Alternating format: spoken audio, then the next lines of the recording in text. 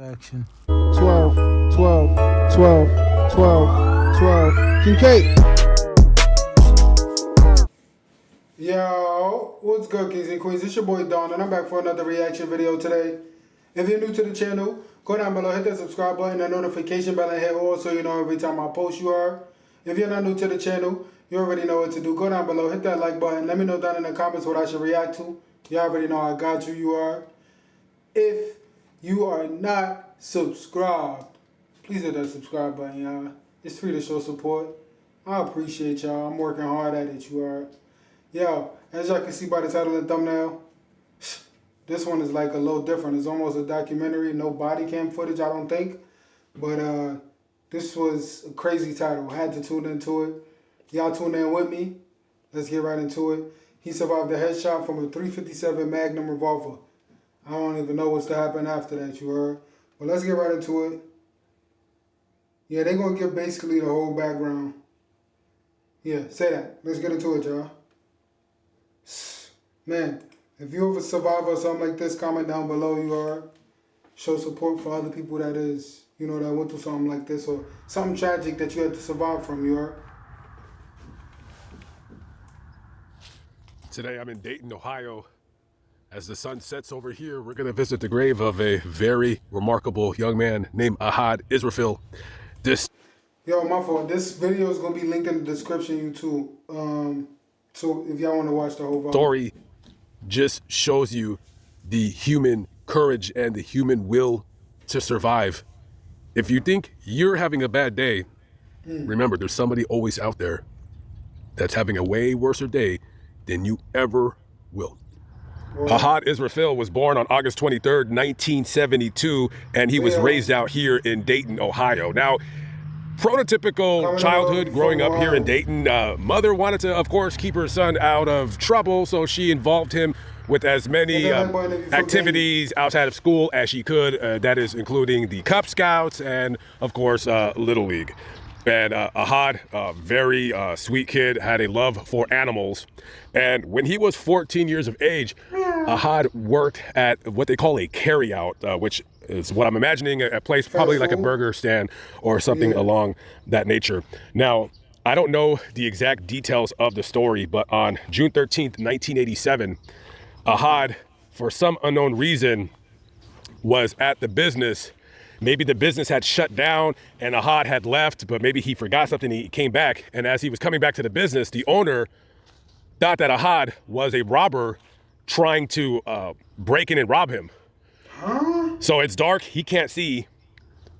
The owner pulls out a .357 caliber revolver, points it at the assailant, who he doesn't know is his employee, and pulls the trigger. The bullet spits out of the barrel. It's a hollow tip, smacks Ahad right on the right side of the head. Ahad falls down, and when he realizes who he just shot, he immediately calls 911. By the time paramedics arrive, they rush him to the hospital. When they get him into the ER, the surgeon on duty, the trauma surgeon at the time, he sees Ahad coming into his ER. And this is the absolute worst gunshot wound this doctor has ever seen in his life. Immediately when he sees him, he said, this kid ain't gonna survive. Half of his head is blown off. So he gave up. They get him into surgery, and while they're doing that, his mother is contacted. She rushes to the hospital. After the most intricate parts of the surgery are over and then they're cleaning him up, the doctor comes out into the waiting room and talks to his mother, Khadija, and he basically tells her in so many words, it's not gonna look good for your son. He suffered a very traumatic injury to the right side of his head, and it's gonna be very, very touch and go over the next several days. And he tells her, he says, listen, even if he survives, for the rest of his life, he's probably going to basically be a vegetable, in so many words.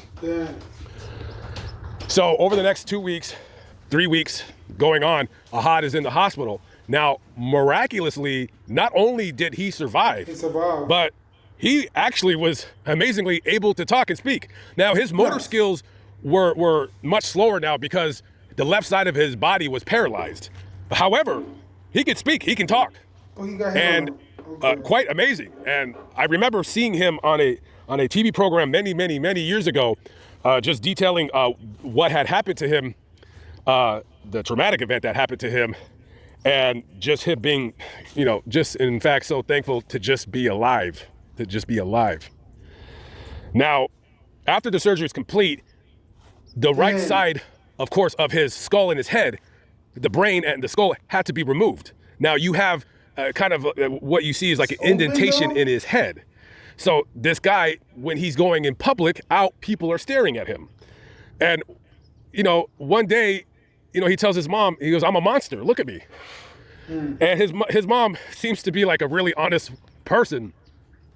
And she says, listen, number one, you're not a monster, because I didn't give birth to a monster. I gave birth to a beautiful human being. And number two, listen, I ain't gonna lie to you. If I didn't know you, I'd look at you too. I'd look at you too.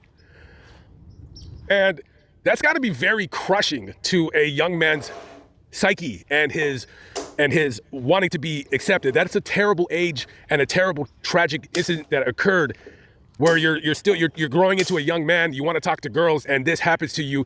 And not only are you a lot slower than other people now, but also you basically have half of your head missing.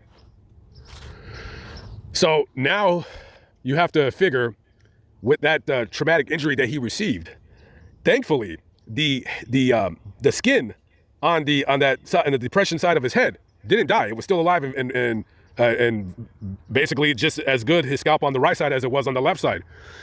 So now it's up to plastic surgeons to try to reconstruct his head.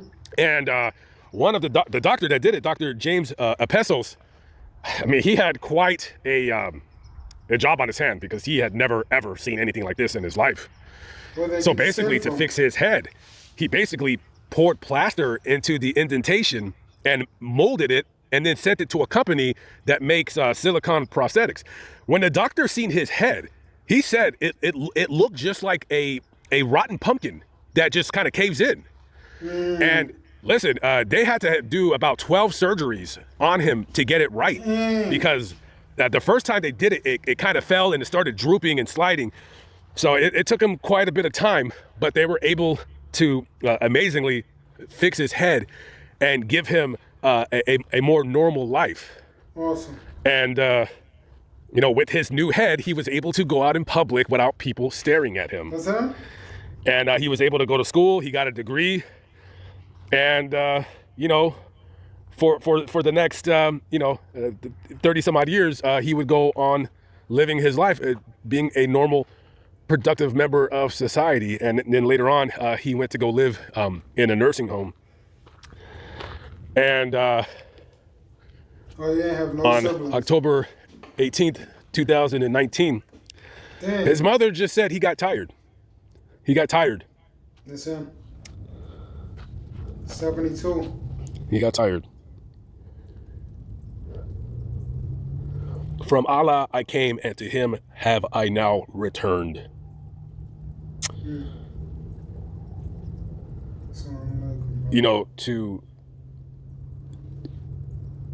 To survive such a gruesome injury, most people, if not practically everybody else, would have died. But damn, boy right here maybe was born in his 94, died in 2019. faith in God and him wanting to live, he survived it. A very remarkable story of a young man who his life forever changed. But thanks to God and modern medicine, he was able to go on and live many, many more years that would not have been afforded to him if those doctors wouldn't have saved his life. Yeah. So rest in peace, Ahad Israfil. Wow. And remember, guys, like I said before, if you think you're having a bad day,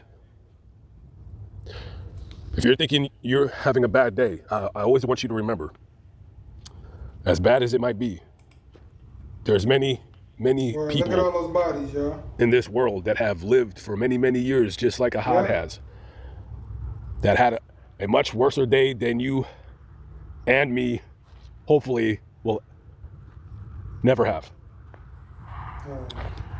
Best believe, there's always somebody out there in a worse position than you and I. Stop saying worse, dude. Things are not always as serious as they need to be. Rest in peace to Ahad Israfil and the rest of the souls here at the cemetery. The sun is gone. It's a crazy cemetery. And I have another 200 miles to drive east. There's somebody else who I wanted to do a story on, and